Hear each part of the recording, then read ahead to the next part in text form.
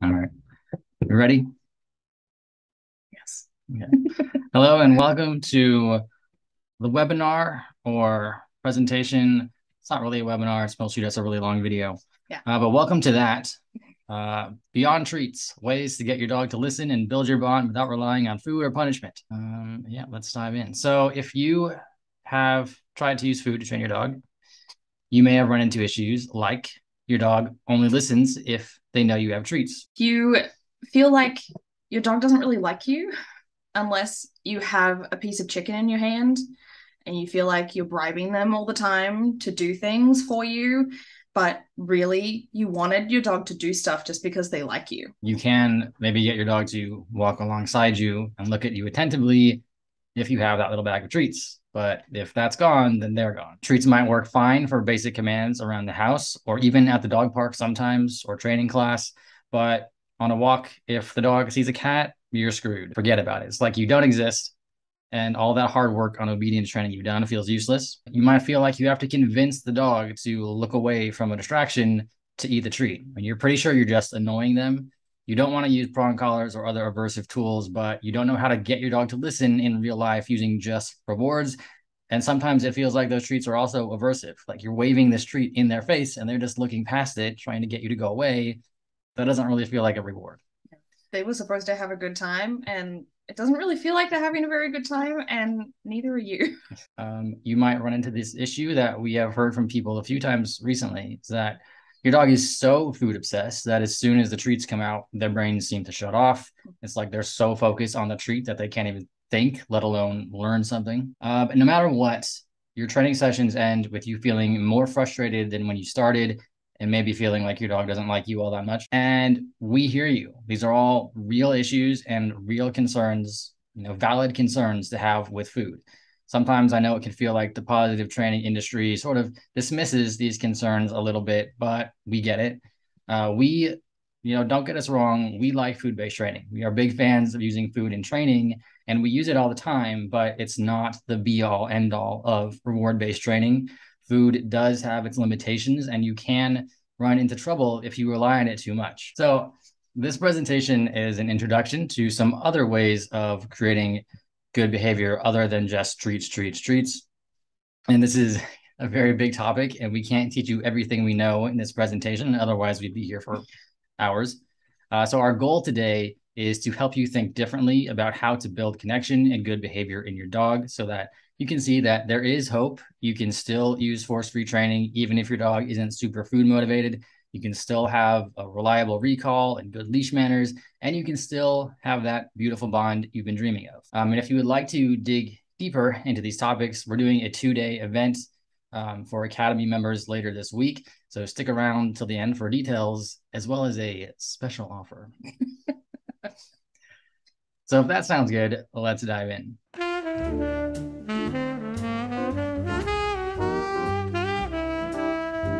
So food is not always the best reinforcer for every situation.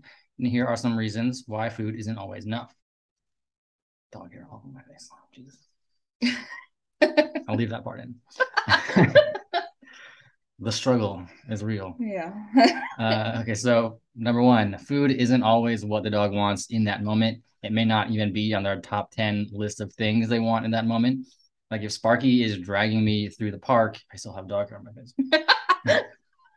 If Sparky is dragging me through the park to smell all the smells, or chase a squirrel up a tree, his motivation has nothing to do with eating little pieces of hot dog.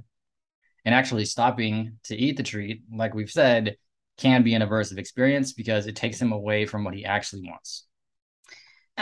We like to try and use the Disney analogy for this. Imagine you're going to Disneyland and you've always wanted to go to Disneyland. This is the most exciting thing that's ever happened to you. I don't know about you, but I love spaghetti. It's my favorite meal in the whole wide world. But if I was going to Disneyland for the very first time and I was standing in front of the gates of Disneyland and Jake was behind me yelling my name all the time and forcing me to come back to him to eat a bowl of spaghetti, I don't care how much I like spaghetti, I'm going to be pissed, right? I don't want to eat the spaghetti. I want to go to Disneyland. So not only in that moment am I not really having a great time eating the spaghetti despite the fact that I love spaghetti? Next time Jake brings out a bowl of spaghetti and asks me to do something, probably less likely to do it because I now have negative feelings associated with spaghetti. And we see this a lot where in the beginning, maybe somebody has a really food motivated dog that really loves treats and works for treats all the time. But the more they use treats in their training, months and months go by, and all of a sudden it feels like the dog's not interested in treats anymore. And this poor owner is waving treats in front of their face, and this dog is looking everywhere else, sniffing the ground, doing anything they can to avoid eating this food. This is usually the reason. The more you wave food in their face in a situation, when they're trying to do something else, the more they may come to dislike that food, and food becomes what we call in the industry poisoned. The same way that you might come to hate your favorite song if you use it as your alarm sound to wake you up in the morning to go to the job you hate, or the way pizza might become poison for you and your coworkers when your bosses insist on throwing endless pizza parties instead of giving you a raise, which is what you actually need. Or the way my favorite food used to be summer rolls dipped in hoisin sauce. And then I got really drunk one night and I had a great time. But then I was really sick the next day, and now I can't eat hoisin sauce. It's tragic. I know. And number 2, over-reliance on food can, for some dogs, get in the way of developing a really strong response to your commands. I mean, one of the key ingredients to building reliability is to establish a long reinforcement history with lots of different reinforcers. So not just treats, not just praise, not just real-life rewards, but all of the above at different times. Why? Because if my dog learns that any given behavior, let's say coming when called, always results in reward X, then inevitably there's going to come a point when he says, that's great, but I don't want reward X right now, so I'm not going to do that behavior. Like when they're sitting in front of Disneyland. Yeah, which, it's totally logical. You can't blame a dog for thinking this way. Just think of the behaviors that you do to earn a specific reward, like walking towards Disneyland, or the classic example is a vending machine. You put money into the machine and then press the soda button. But if I don't want a soda in that moment, why would I press the soda button? So that's why we want to diversify our reinforcement portfolio. So if I take my dog from, I know from past experience that recalls results in chicken, to I know from past experience that recalls result in something really effing amazing, then how much more likely do you think they're going to come when I call them? Number 3, you don't always have food with you. Do you want to take the lead on this one? Yes. So I don't know about you guys, but I know that there's been a bunch of times where in the early days of training with the dog, maybe we've gone out for a walk and I had a really nice, big, full pocket of hot dogs when I started that walk. But some stuff happened and I had to reward a little bit more frequently than I thought I was going to have to. And now we're walking home and I don't have any hot dogs anymore. If my dog proceeds to make really, really good choices and I don't have the rewards available to pay that behavior, it's going to be much less likely that they're going to do that next time. So we like to think of this as a bank account, right? Every time you reward your dog for a behavior, you're putting money in the bank account. But every time the dog does the behavior and we don't pay them, it takes out double, not just one amount. So if I don't have my reinforcer on me, then what do? If we have built up our dog's motivation for lots of different types of reinforcers, then I'm always going to have a reinforcer available to me, even when my pocket has run out of hot dogs. And number 4, over-reliance on food can be detrimental to the relationship, which I realize probably sounds like the exact opposite of what we're always saying to people, that food can improve your relationship.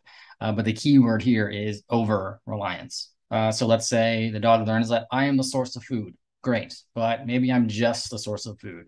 Someone for my dog to come check in with when they want a snack. But they may also be learning that I'm the one who keeps dragging them away from their fun or waving those poison cookies in their face to distract them from a distraction. But if you can go from that, competing with the environment and being the grand spoiler of fun, which I have capitalized here as an official title, to being your dog's partner in fun, things change. And that is a nice segue into the solution section.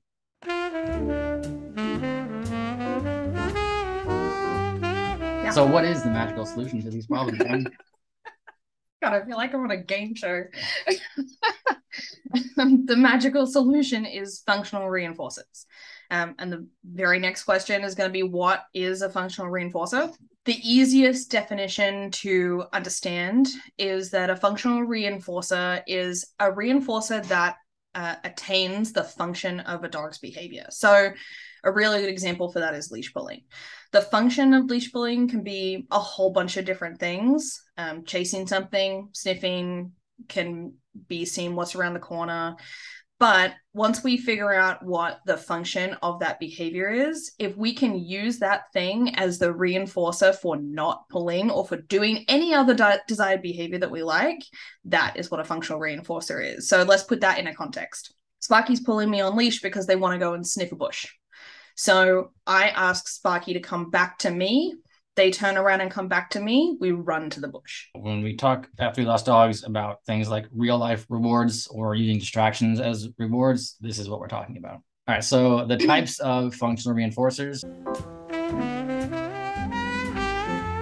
There are 4 or 5, I don't remember. I think it was 5 broad categories. Yeah. The first one being toy play. So this is, playing with a frisbee, a tennis ball, a tug toy. Essentially, toy play simulates at least one part, if not all, of the predatory motor sequence. I'm not going to get super nerdy with you at the moment as to what the predatory motor sequence is. I'm going to leave that till a little bit later. It's a fun topic. It is. But it's essentially the most instinctual behavior a dog has. It's a chain of reflexive behaviors that originated for predation. And once they get turned on, they're pretty difficult to resist. So good example of how toys work to switch on that predatory motor sequence and take advantage of it is looking at pretty much the most traditional dog toy that has ever existed, which would be the tennis ball and a game of fetch. Sorry, oops. Okay. Slide, what even is a tennis ball? What even is a tennis ball? Yeah, no, that's gotta be on screen. I know. But really, what actually is a tennis ball to a dog? The game of fetch with a tennis ball in particular simulates the first part of the predatory motor sequence, which is orient, eye stalk, grab, bite, and in some cases, kill, bite. It depends on the dog. Tennis balls do this really, really well because they're super bouncy, which simulates the movement of prey.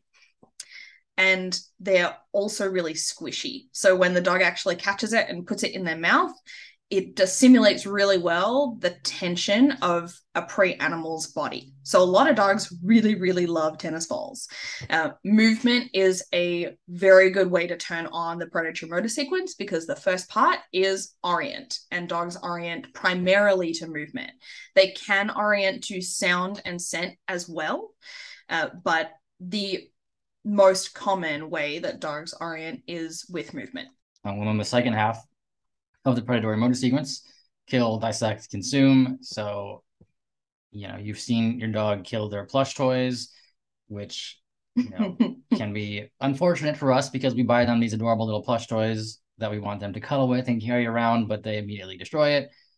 But, that's how dogs want to play with toys. That's a very good example of anthropomorphization. So when we think of how we want toys to be played with, like if I give a child a toy, a plush toy, their goal is to treat it like an infant. That's really what plush toys simulate for children, for adults even. I love plush toys. They're squishy, they're soft, they simulate infancy, and our instinct is to care for them. That's not the instinct for dogs. Yeah. They don't simulate infancy for dogs. They simulate prey. And a dog's instinct when they come across a plush toy and they have it in their mouth is usually to kill, dissect, and consume it. So tug of war is a great way to tap into that part of the sequence. And tug is an interesting thing to talk about. It not so much anymore, but it used to be quite controversial. There was a whole thing about how tug is bad because it's competition. It teaches your dog to be aggressive or to beat you in a game and therefore become the leader of the pack and take over your entire household. But really, when you look at it in the context of the predatory motor sequence, tug is teamwork. It's not competition. You've probably heard the analogy or the example that tug is the simulation of wolves tugging at a carcass to try and get the most out of the carcass for themselves. That's false for a lot of different reasons that we're not going to go into yet, because that's a whole can of worms. But good examples of why it's false. Number one, dogs are not wolves. So dogs are not, by and large, pack hunters. They don't hunt together. They don't compete with one another for a carcass most of the time. It's very difficult to talk about dogs' natural behavior, and that's a whole other topic. But as a general idea, dogs are not wolves. They don't hunt in the same way. When they do, though, and they tug over a carcass, and this is true for wolves as well, it's not actually competition. What they're trying to do is help each other pull that carcass apart so that the pack can eat it, consume it as quickly as possible, and get the heck out of there. And then the actual problems that you could run into with tug is that, people don't always read their dogs well during that game. For dogs, there is an end to the game of tug. Like there is, as if you're pulling apart an animal, you're not going to pull it apart forever. Eventually you're going to get to the point where it is pulled apart, it's done. Now it's time to eat it. You can't just play tug forever. So your dogs will tell you when they're done, that it's now time to settle down with their kill. But sometimes we miss those signals and we persist past the point where the dog is done. And then we get into the potential resource guarding.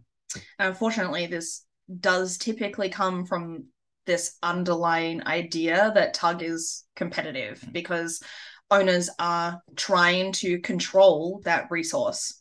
They're trying to make sure that the dog knows that at the end of the day, that tug toy is yours and not theirs, and you get to decide when they have it and when they don't. So that actually is a really good example of why we're doing this webinar in the first place, because we don't really want to control resources for our dog. We don't want to be the controller all the time and micromanage their life. Instead, we want to enrich the resources that they have. We want to make interaction with those resources the best thing ever, rather than restricting them from having them at all. Yeah. We want to be the collaborator, not necessarily the controller of the experience. And then we go into Flirt Poles, which is the ultimate prey simulator. Oh my god. I got you. Ready? Wait. Okay. This is basically a giant cat teaser toy. It's a dog toy, usually a fluffy toy on a rope that you drag around for them to chase. If you've hung around Fearless Folks for a while, you've probably heard us talk about Flirt Poles very frequently. There's a reason why we love them so much. So through all of this, there are really three main types of toys that simulate prey really well. There's fluffy toys that dogs can dissect and consume. Please don't let your dogs actually consume fluffy toys. Oh my God. Then there's movement toys that simulate the first part of the predatory motor sequence, that orient chasing part. And then there's tug toys, which are sort of in between. Flirt Pole is all three of these. They're fluffy, they move, and you can use them as a tug toy. So it really does give us the ability to simulate the entire predatory motor sequence, which is extremely fulfilling for dogs. To wrap this section up, think about the type of toys that your dog gravitates to now. Like another aspect of the predatory motor sequence that I find particularly fascinating is that certain breeds have been bred to have certain parts of that stronger. Like the classic example is the Border Collie. Yeah. Border Collies orient, they eye stalk, they chase when they're herding sheep. But we need to keep those sheep relatively low stress, and we don't typically like it when our herding dogs bite their flock. That can cause injury, it damages the wool, it's a whole thing.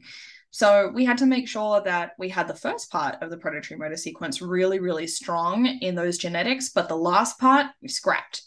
And then there's the flip end when we have hunting dogs.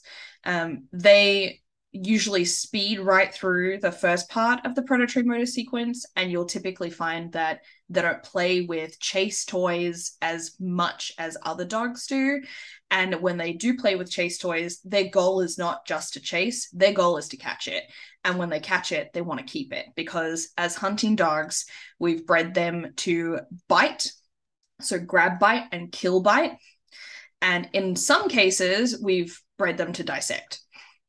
And then, like, we're getting sort of off topic. We weren't going to talk about this today, but other types of hunting dogs, like pointers, they were bred for the very first part, just the orient and the eye stalk part, not so much the chasing. But anyway, so the point is, different dogs will like different types of toys. So think about the kind of toys your dog gravitates towards now, and how maybe you could start using those as reinforcers. An issue people run into with this is that, well, my dog doesn't care about toys. Don't just think about the types of toys that your dog likes. Think about how they interact with toys, or what they consider toys. So maybe they're not super into toys, but they really like biting people's ankles when you walk past. That is a toy for a dog. They just don't understand yet that they can have that kind of fun with not ankles. So the classic objection is that my dog doesn't care about toys, right? But our counter is that they do. You just have to figure out how to get them to care about toys. It's instinctive. Playing with toys is an instinctive behavior, but we have to figure out what part of the predatory motor sequence really excites our dogs, and then make toys that simulator. Next category, social play. How would you describe social play? It's basically just being goofy with your dog. And yeah, this is my favorite one, actually. Toy play is extremely interesting, but social play is my absolute favorite category. When people think of the way dogs play with each other, like when you take your dog to the dog park, why is that important? It's important for a lot of people to take their dogs to the dog park and that their dog has dog friends, right? But why? And when you ask most people what dog play is when they play with one another, a lot of people think of it as the practicing of hunting skills and fighting skills. And sometimes that's true. In some circumstances and in some ways, that is a function of social playing. But there's a lot more to it than that. Dogs use play with each other to establish boundaries with one another, to read the boundaries of others, learn how to do that, learn how to communicate their needs in a healthy way, to build trust between the players, develop resilience in relationships. You'll often find that when dogs who don't know each other very well get together and they try and play, they're very, very polite with each other, and they're very careful about how they play. As that relationship develops, their play is going to get rougher and rougher and a little bit more rambunctious, because now they trust one another. And that's building some resilience, because when someone makes a mistake in that game, those two dogs are less likely to react to one another and have a fight. They're more likely to assume the best in each other because they have such a long history of trust. Also allows them to engage in natural breed-specific behaviors. So a lot of dogs will like to play chase with each other. Other dogs don't really like to play chase. They like to wrestle instead. Those are breed-specific behaviors in a lot of cases. And it also allows them to engage in impulse control and arousal control. This is really important for some breeds over others. And developing impulse control and arousal control is probably one of the most useful tools and skills we can give to our young dogs as they go into adolescence and adulthood. So all of the things that dogs learn when they play with each other, they can get the same things out of playing with us. We can develop all of those same characteristics in our relationship with our dogs as they do when they play with each other. So a lot of people have been taught that dogs playing with each other is inherently a competition or some way of like sizing each other up. That's not true. There's way too many lion documentaries being watched. There's really no competitiveness in healthy play. There's a lot of politeness, a lot of ritual, there's a lot of consent, and it's a very mindful activity for dogs to do. So when we play with dogs, we can simulate that. We can do things like play bow at our dogs. We can run away and let them chase us and then chase them back. That's a form of consent. We can do check-ins. We can perform all of the same rituals that dogs do when they play with each other to help get all of those same characteristics in our relationship as well. At this point, some people would say, my dog doesn't really want to play with me that way. You see this a lot in newly adopted dogs. When people bring their dog home, it seems like their dog just isn't interested in playing or engaging too much in this way. Sort of the missing ingredient here is the relationship. You know, dogs, if you watch the way dogs play with each other when they are new to each other, they don't know each other yet, a lot of times it's very demure. I mean, not always with like teenage puppies, but they're teenagers. So, and sometimes they don't play at first. Playing is inherently a pretty vulnerable activity. It's how they develop all of those trusts. To develop trust in a relationship, you have to be willing to be vulnerable to the other. So you'll notice that when dogs play, sometimes they'll do things like roll over on their back and expose their stomach. That is a really vulnerable position for a dog to be in. So sometimes dogs who've just met each other won't play yet. They're not comfortable enough and they have to develop a relationship. Actually, River and Flower is a really good example of that. River adores Flower, thinks she's the coolest ever. And Flower's a quite social dog. She likes playing with other dogs, but it took her a couple of times going on adventures with River to figure out that River wasn't going to kill her, that they were friends, and they started to have little bursts of play, but River was a little bit too much, and Flower said, hang on a second, I'm not ready for that yet.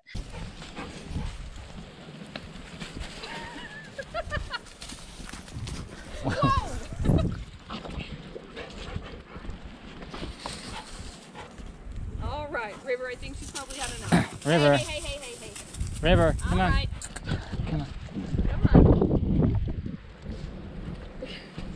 River. Good girl. But then just the other weekend, River was here for a sleepover and they had the most raucous time. And you could see their play develop over the weekend. At the beginning, it was very, very polite and very gentle. They hardly ever touched each other, actually. And then by the end of the weekend, they were rolling around on the ground together, playing snapping face and all kinds of things. Yeah, this clip right here of them rolling around on dog heads, acting like maniacs. Like 13-year-old girls. It was very strange.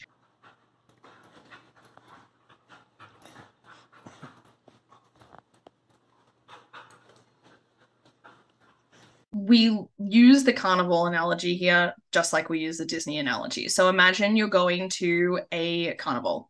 There's all sorts of really exciting rides there, but you're going by yourself, right? You're taking yourself on a little me date. Go on your me date to the carnival and you go on the roller coaster. And you're on the roller coaster with strangers, but you're all laughing and screaming and whooping and having a great time. It's really fun. If you've ever been on a me date to a carnival or something exciting like that, you'll remember that strangers probably lock eyes with each other and they have a little smile. And it's a way of saying we're all having fun together. We are in this experience together. But it's not the same as going to the carnival and riding the roller coaster with your friends. It's not the same level of bond. I don't take fun little memory photos with strangers that I went on the roller coaster with, but I might with my friends. I just think it's important that people remember that social play and probably secondarily toy play are the most effective ways to develop a relationship with a dog, but they also require a relationship to work. And a lot of the other reinforcement types that we're talking about benefit greatly from having that relationship. So if you're finding yourself thinking, none of this really works, my dog isn't really interested in doing that stuff with me, I would probably suggest that you start with some social play and give it some time, because likely they just maybe don't have that established relationship with you yet. And sometimes it's hard to hear, especially if we've been doing everything we can to do positive reinforcement-based training and feed them all the hot dogs and give them all the good things. But that's sort of the point that we're making with this webinar, right? Like, food is a good relationship builder, but it's not the relationship builder. There are other ways to do that. And social play is a really good one. Yeah, I think a lot of times when people think of playing with their dog, they're sort of thinking about it in terms of checking off the exercise the dog box is sort of a chore because, for so long we've been beaten over the head with the idea that a tired dog is a good dog. You have to exercise your dog a lot. So you do things like a lot of toy play, a lot of focus on toy play with the toy as the star, throwing a tennis ball endlessly. But we invite you to think more about the social play, like how you can become partners in playing with your dog. You are more to your dog than a ball launcher. Yeah. Okay, you can be more than that. All right, finally, or not finally, actually. No. There's two more. Okay, the next one is distance. You want me to talk about distance? Yes. Okay. There are some behaviors that dogs display whose function is to gain distance from a stimuli. We see this behavior most often in fearful dogs who are showing what are seen as aggressive behaviors.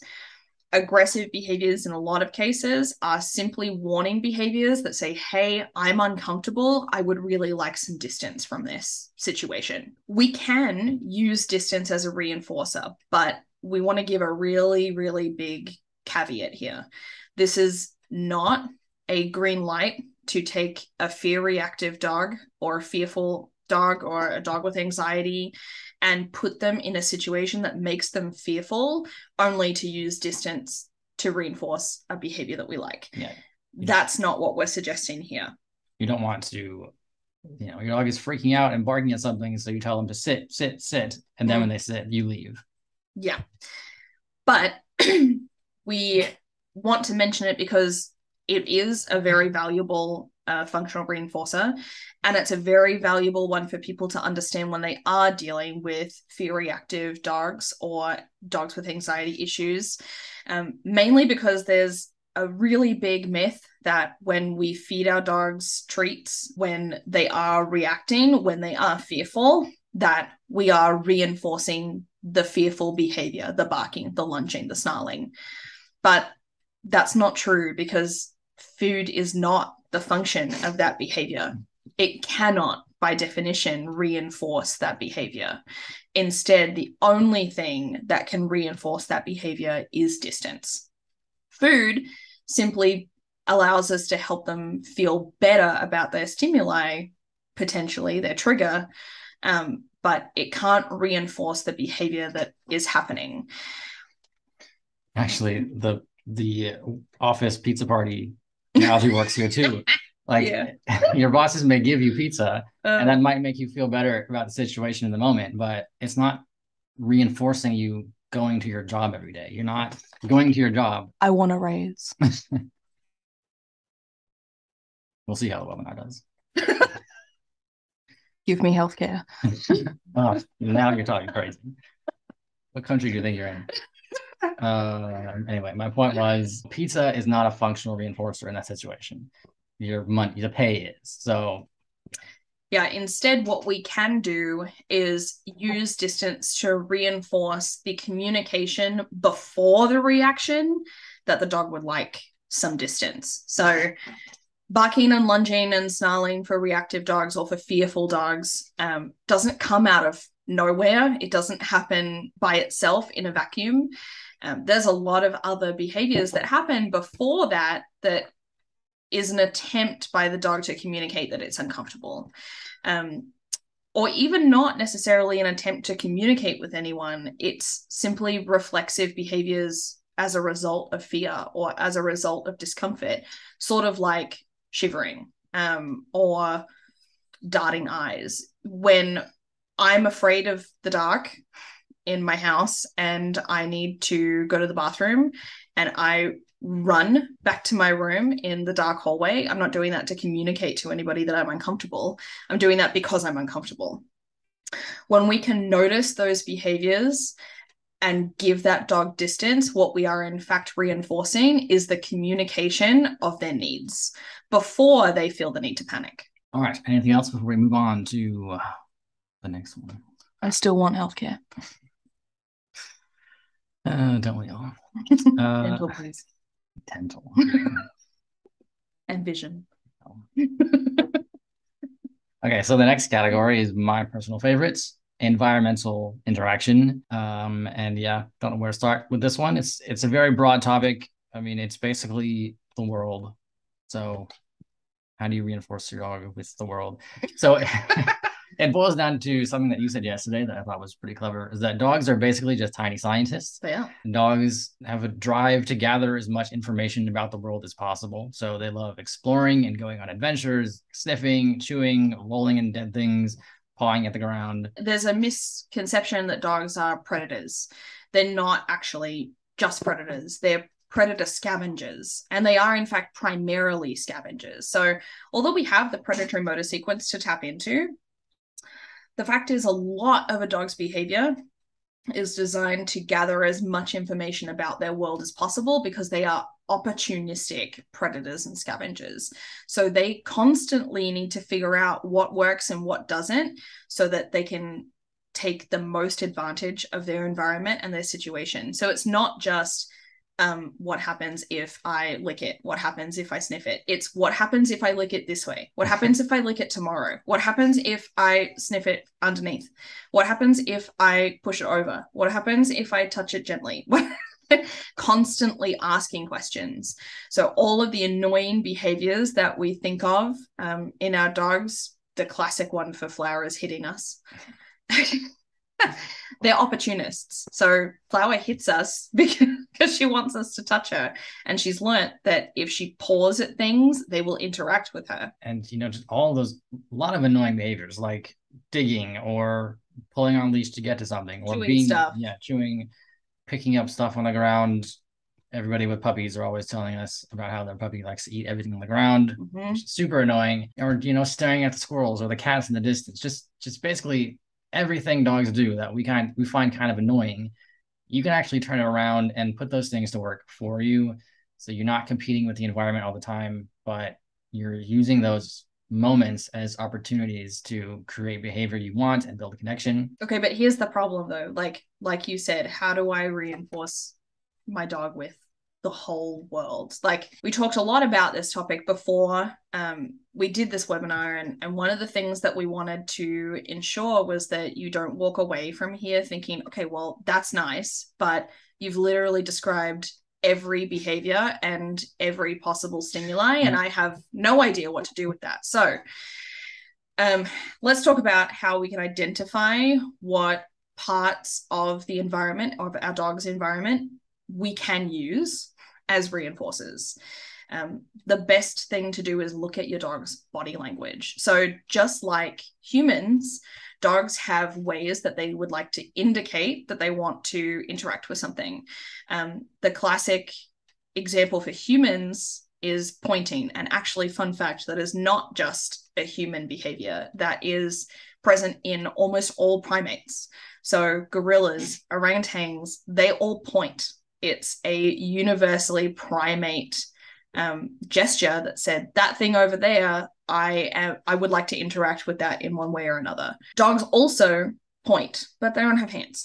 So we have to take their bodies into account.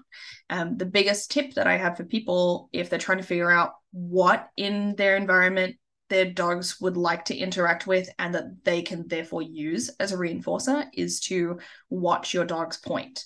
So dogs point with their ears, moving towards the thing that they would like to interact with. They point with their nose. They point with their weight primarily. So where is your dog's center of gravity at that moment? Where is their center of weight? If it's shifted forward towards something, they want to interact with that thing. If it's shifted back, they would like to not interact with that thing. And this one can be kind of tricky to get started with because dogs don't always realize that their behavior can influence their access to those things. And we'll talk about that a little bit more later. But we want to move on to the final category, which is food. Food is still an incredibly powerful reinforcer. It definitely can be a functional reinforcer. It's what we call a primary reinforcer, meaning it has intrinsic value to the animal and there's no conditioning required because, everybody needs to eat. We like food because it's a very easy way to teach new skills and behaviors quickly. It makes it easy to get a lot of repetitions in so you can make progress fast. Food-based training allows your dog to work for their dinner a little bit, which provides some of that mental stimulation and enrichment by tapping partly into the predatory motor sequence, but also largely into that scavenging instinct that you were talking about. And when used properly, food does help you build a bond. It creates good feelings about you, the trainer, and it teaches Sparky that you are fun and the provider of good things. So don't throw the baby out with the bathwater is all I'm saying. By now you should have an idea of, the holistic picture, how food is still part of that picture. It's just not the whole picture. And you may be having trouble getting your dog to work for food at all, either because they're not food motivated or they're too food motivated. And it helps to teach them the game of training, not just a specific training goal like sit, but how training works, how to work for food. And we do have a mini course on that topic in the academy. So if you're a student, you can check that out in your My Courses section. All right. So that was five topics. Okay. All right. So you might be able to see how you can use these things to reinforce desired behavior, but how do we use these things to build connection? The key ingredient here is that the facilitator on all of this is you. Like we were saying, this is not about restricting access to resources or making your dog earn every single good thing in their life. It's about enriching the experience of interacting with those resources. It's making those resources fun and safe.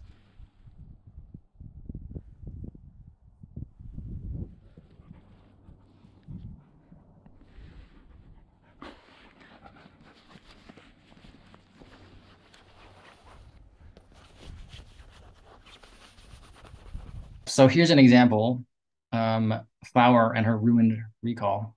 Yeah, when I first got Flower, we're guesstimating, but she was about 4 months old or so. So she was still a baby.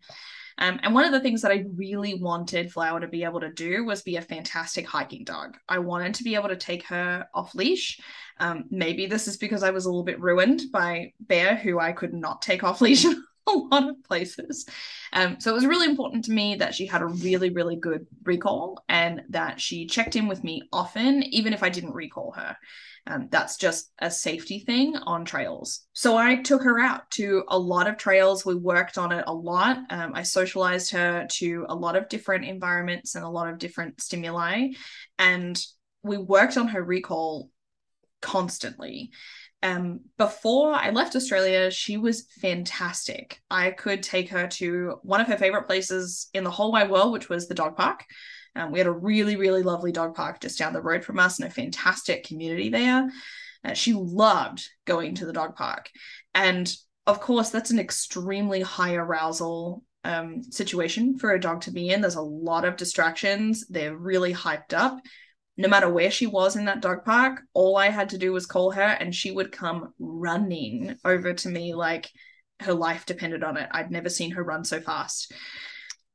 Then we moved. Yeah, then you moved to the US and everything was ruined. Everything was ruined. Sorry about it. I mean, aside from the fact that there was a lot of upset in Flower's life, we were putting her in situations that she really wasn't prepared for. I'd done a lot of socializing with her in Australia, but Australia and the US and specifically Arizona are very different places. So she had distractions here that she had never encountered before, and they just so happened to be distractions that tapped in perfectly to her part of the predatory motor sequence that she really, really loves and her genetics. The big one for her was lizards, and it still is. She loves hunting lizards. She never really encountered lizards in Australia before because it was so covered in vegetation that she never got to see their movement. It was all under the grass. She probably could have smelled them if she wanted to, but they had so many places to hide that she had never really had to deal with that before. But in Phoenix, everything is open. So lizards are just sort of scuttling around her all the time. That's a very fast, erratic movement. It's very novel, and it really grabbed her attention, and we found it extremely difficult to recall her. And I'm not going to lie, I was really emotional about it. This was something that I had worked so hard for, and unbeknownst to me, it was a gauge of my relationship with her. I had an underlying idea that because Flower was coming back to me when I called her, even in really exciting places for her, that meant that she liked me. So when she wasn't coming back to me anymore and she was choosing to ignore me, that really hurt. It really hurt. But we did find a way around it. Yes, that's the flower look game, which we have been talking about in our Academy Q&As forever. So I think it's time to actually make an instruction set on that. But the basic idea is that we started pointing out the lizards to her. So it's the distractions, the things she wants. And we thought about how can we turn this around and use it to our advantage. So every time we saw a lizard or a butterfly, actually, I think it started with the butterflies. It started with butterflies. We were going to a dog park that was pretty much empty after I finished work every day so that we could give the dogs some exercise. At the time, we were living in an apartment, so that was really important. There were no other dogs at the dog park, but there were butterflies and long grass. So whenever Flower would run into the long grass, all of these little moth butterfly things would fly everywhere, and she loved that. She loved chasing the butterflies.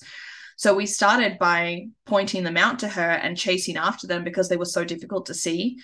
And we would constantly say, Flower, look over here. And she started to figure out that when we said in an excited tone, Flower, look, it meant that there was something exciting for her to chase. Yeah, good girl. Flower. Flower, look. Look. Oh, what's that? Oh, good girl. Flower, look. What's in there? Good girl. What's in there? Anything? Woohoo! Good job. Hey, Flower, what's this? Look. Look. Get it. Get it. Good job. Flower, now look at the duck again. The duck. The duck. We weren't just using access to the butterflies or the lizards as a reward, but we were becoming her partner in this adventure, in exploring and looking for lizards. She could find the butterflies on her own. I never stopped her from running into the long grass or chasing the butterflies if I didn't specifically point them out to her. But when I pointed them out to her and ran around with her and got excited with her, suddenly our relationship was back. And we didn't yet have her recall back, but I could see her looking to me and saying, is this good? Isn't this fun? And then we started moving that on to other stimuli. So we moved away just from butterflies, and we noticed that she was sniffing in bushes all the time and trying to dig up holes for what are the ground squirrels. Ground squirrels. I always got to call them groundhogs. And she was digging for these ground squirrels. So every time I saw a hole, I would then point to the ground and say, Flower, look at the hole. She would run over and start digging in the hole. And I would encourage her, dig, dig, dig. Yay, what have you found? And she really loved that. All of a sudden, she would dig on her own for 20 seconds or so, and then she would stop and look at me and say, aren't you going to cheer me on? Aren't you going to point to another hole? Aren't you going to come over here?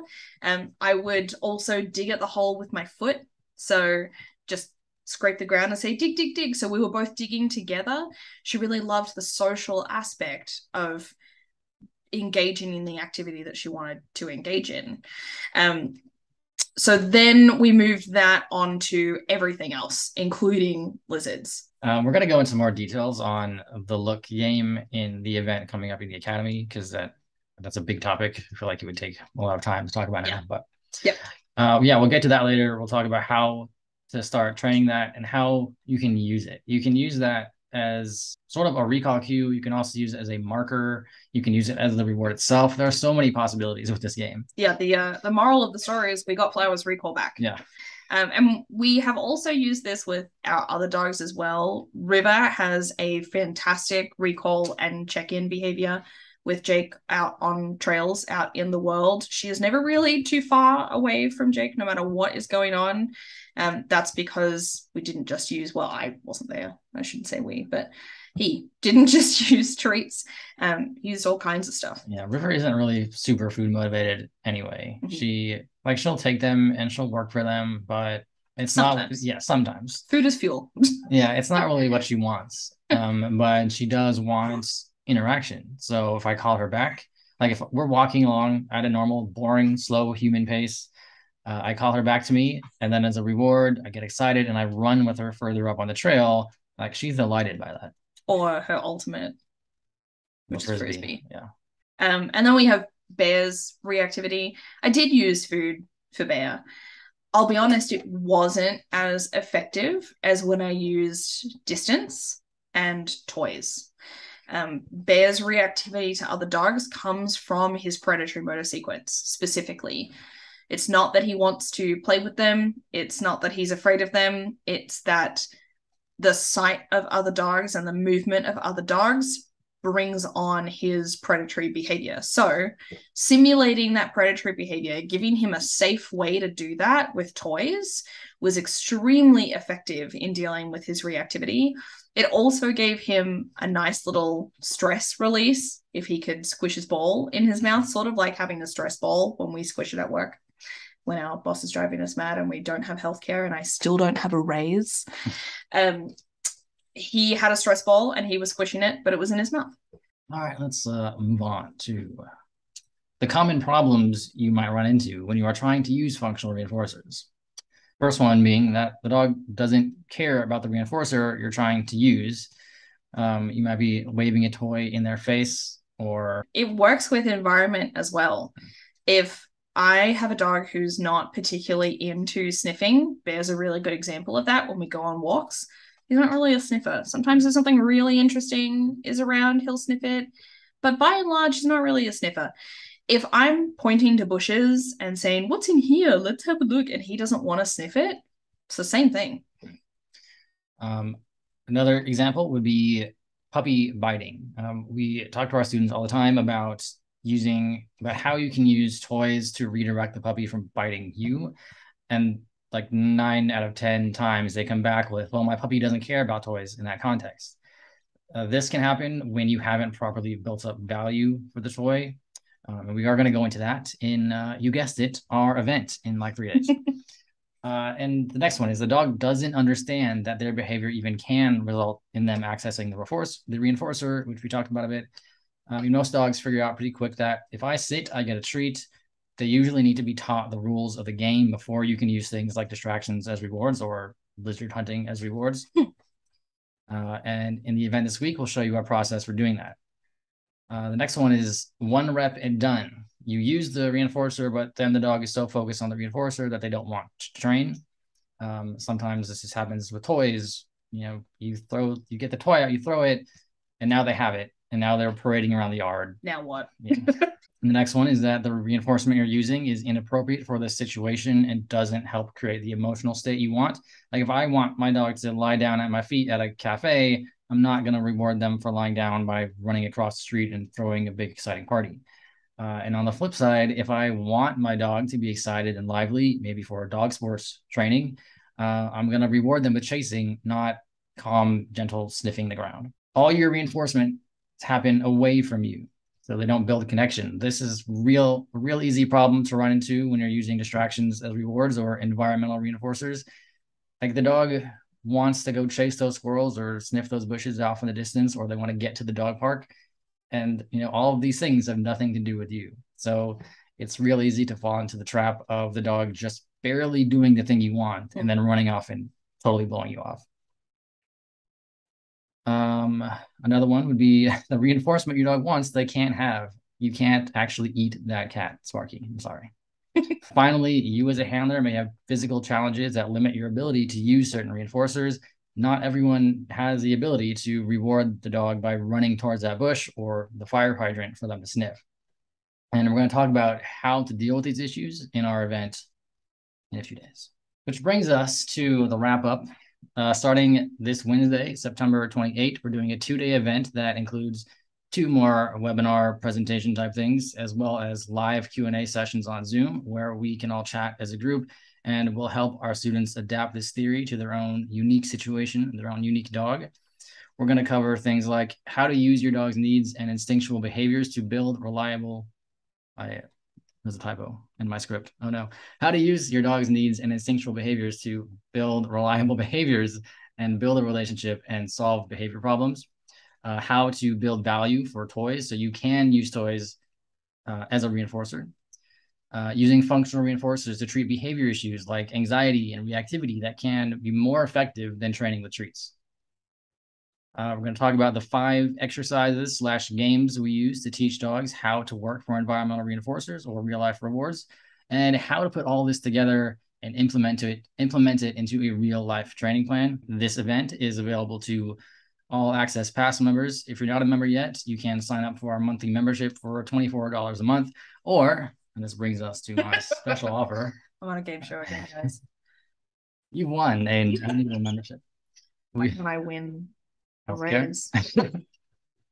So we've added an annual membership option in addition to the monthly option. And to kick that off, we're offering a little bundle where you can get this for only $99 a month, as opposed to, I think, $288 per year if you were doing the monthly membership. That's like wow, that's big savings, Jake. Yeah, that's like getting 7 months for free. And in this package, we're also throwing in a free coaching session. So a free 30-minute coaching session with me, possibly even Aaron. You might get 2 for the price of 1. Hold your horses. Where we can talk about any behavior issue you want, any training challenge you have, any dog topic, whatever you want to talk about. And this offer is only available until September 27th, only a couple days. After that, the price for the annual membership will go up and the free coaching offer goes away. So don't delay. Jesus. Okay, that's the end of my pitch. Do you have any final thoughts? I basically just want to let everyone know that my goal with this webinar series is to arm you guys with the skills that a lot of other programs don't talk about. Feeling like you got a dog because you wanted a friend, and that now it's just sort of pretend because they're only your friend when you have hot dogs, is really heartbreaking. I don't want you to experience that. There are ways to get out of that trap. There are ways to actually get the friend that you wanted and to have genuine communication between you and your dog. I was always jealous of Jake and Merlin because the joke is that they have telepathic communication. They have conversations that no one else can hear and no one else is involved in. They have entire conversations with facial expressions and slight movements of their head. That's a relationship I always wanted with my dogs. And I know a lot of other people who wanted that relationship with their dogs as well. This is a really good way to get it. Yeah. So buy the annual membership. Join us in 3 days. All right. Thank you guys for being here. We'll see you maybe at the event or maybe not at the event. Maybe we'll see you on Instagram or whatever. Either way, it's great to have you with us. All right. See ya. Bye.